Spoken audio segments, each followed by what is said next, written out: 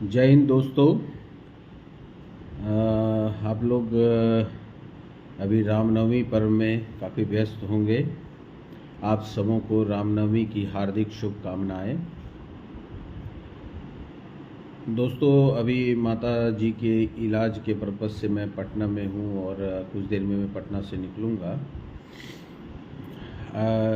आज लाइव का मुख्य मकसद है कि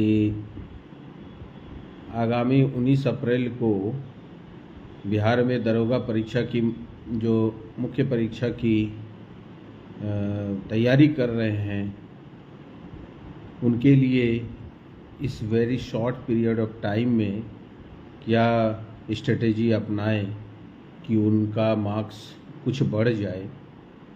तो मैं उन परीक्षार्थियों के लिए जो दरोगा की मुख्य परीक्षा में बैठने जा रहे हैं, सबसे पहले मैं उन्हें हार्दिक बधाई एवं शुभकामनाएं देता हूं कि वो अपने पूरे आत्मविश्वास के साथ इस छोटे से टाइम पीरियड का उपयोग करें। देखिए, कोई भी परीक्षा हो, एक छोटी सी प्लानिंग तो ज़रूरी है। जैसे मैं हमेशा 10% के लिए सोचता था, चाहे वो सचिवालय सहायक की परीक्षा थी तो 10% का स्ट्रेटेजी, और अभी जो मुख्य परीक्षा में बैठने जा रहे हैं वो भी यदि 10% की स्ट्रेटेजी की मुझे अब भी जितना आ रहा है, इस 20 दिनों में 10% बढ़ा लेना है, यहीं पे सिलेक्शन है। तो आखिर ये कैसे होगा? तो सबसे पहले कि आप अपने दिमाग को बिल्कुल संतुलित रखें। एग्जामिनेशन जब काफ़ी नज़दीक आता है तो एक पैनिक अटैक आता है, एक घबराहट सी होती है। उन चीज़ों से आप दूर रहें।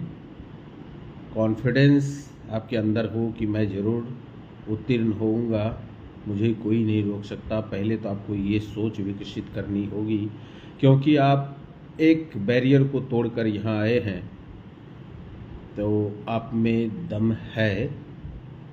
अब दूसरा बैरियर है तो उसे तोड़ना है, उसे पार करना है, उस पर विजय प्राप्त करनी है। तो इसके लिए एक छोटी सी स्ट्रेटेजी अपनानी होगी कि एक सब्जेक्ट को आप 1 वीक का भी टाइम दें। ज़्यादा न सोचें, किसी खास सब्जेक्ट को चुनिए और एक सप्ताह दिन रात उस पर काम कीजिए। जब आप दिन रात 24 घंटे उस पर काम करेंगे तो उसमें ज़रूर है कि आप अच्छा करेंगे। अब एट रैंडम कोई चीज़ नहीं पढ़नी है, जैसे कोई बुक ले लिया या कोई नोट्स ले लिया या फिर कहीं का कोई है सेट और उसमें एट रैंडम दिया रहता है कोई सवाल यहाँ का वहाँ का, वैसे नहीं। सेट तो ज़रूर एक सेट बनाइए आप टाइम निकाल के। कोई ज़रूरी नहीं कि एक सेट ही बनाए, आधा सेट भी बना सकते हैं। लेकिन आप जो है एक चीज़ ध्यान में रखें कि जब आप किसी चीज़ को पूरे तौर पे पढ़ेंगे, पूरा चैप्टर पढ़ेंगे या पूरा टॉपिक पढ़ेंगे, तो कहीं से भी सवाल आएगा तो आप जवाब दे दीजिएगा, अंदाज़ा भी आपका काम करेगा। तो मेरा स्ट्रेटेजी ये होता था कि 1 सब्जेक्ट 1 वीक, जस्ट एग्ज़ाम के पहले। घबराहट नहीं कि इतना रिवाइज करना है, कितनों भी रिवाइज कर लीजिए, ज़्यादा फ़ायदा होने वाला नहीं है। फ़ायदा तब होगा जब किसी एक खास सब्जेक्ट में आप 2 4 5 मार्क्स बढ़ा लें। जैसे फॉर एग्ज़ाम्पल, आप प्रतियोगिता दर्पण का एक अतिरिक्तांक आता है, उसका ज्योग्राफी ले लीजिए, अतिरिक्तांक प्रतियोगिता दर्पण का, और ज्योग्राफी को आप 7 दिन दिन रात उसको ख़त्म कीजिए शुरू से अंत तक।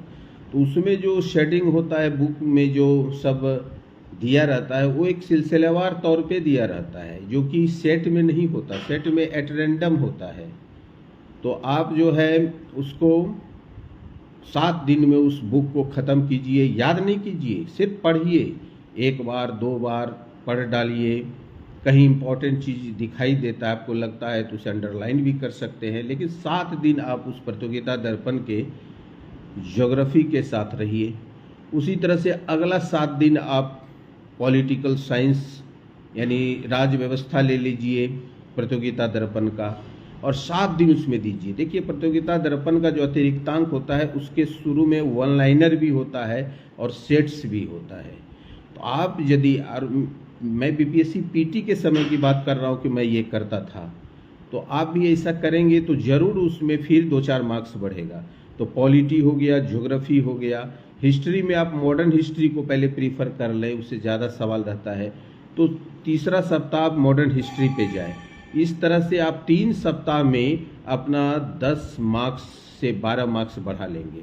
दूसरा, एक समसामयिकी प्रतियोगिता दर्पण हो, या फिर हम प्रतियोगिता दर्पण को ही पढ़ते थे, बाकी दूसरे को नहीं पढ़ते थे, मोर देन सफिशिएंट होता था।